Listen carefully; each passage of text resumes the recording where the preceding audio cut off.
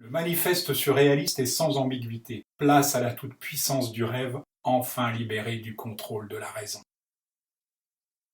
Mais il n'est pas si simple de se débarrasser de ses propres mécanismes psychiques, et finalement peu de membres du groupe surréaliste y sont parvenus, et encore de manière sporadique.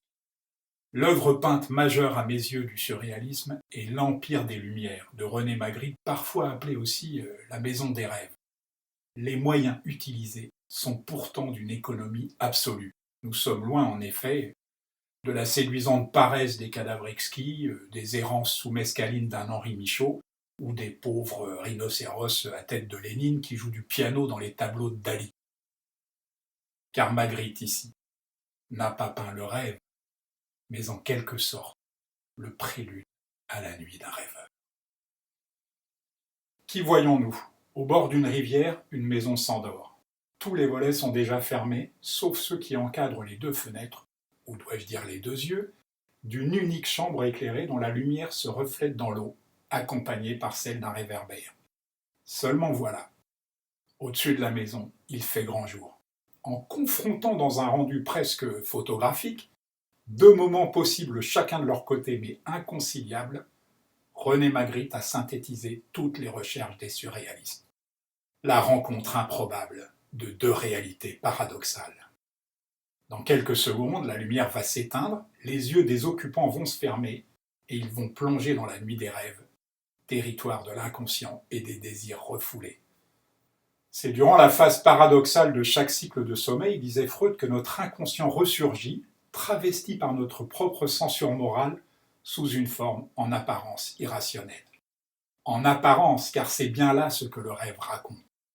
Et vous remarquerez que l'eau, liquide matriciel par excellence, ne reflète pas ce ciel de plein jour, mais la nuit noire.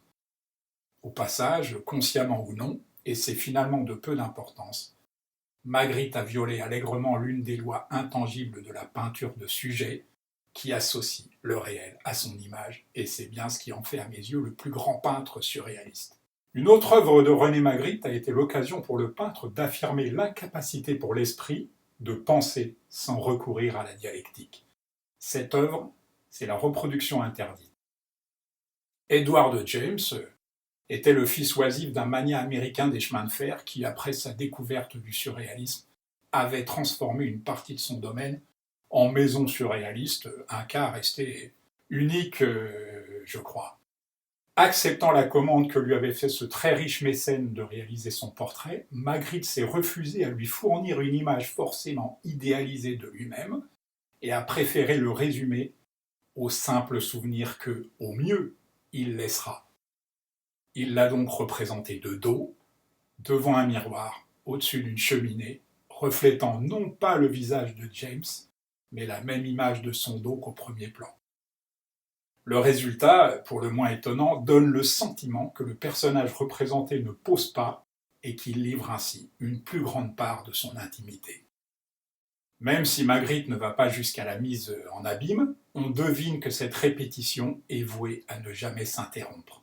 Au demeurant, aucun dialogue ne semble pouvoir se mettre en place entre le sujet et le spectateur, pas plus d'ailleurs qu'entre le peintre et son modèle.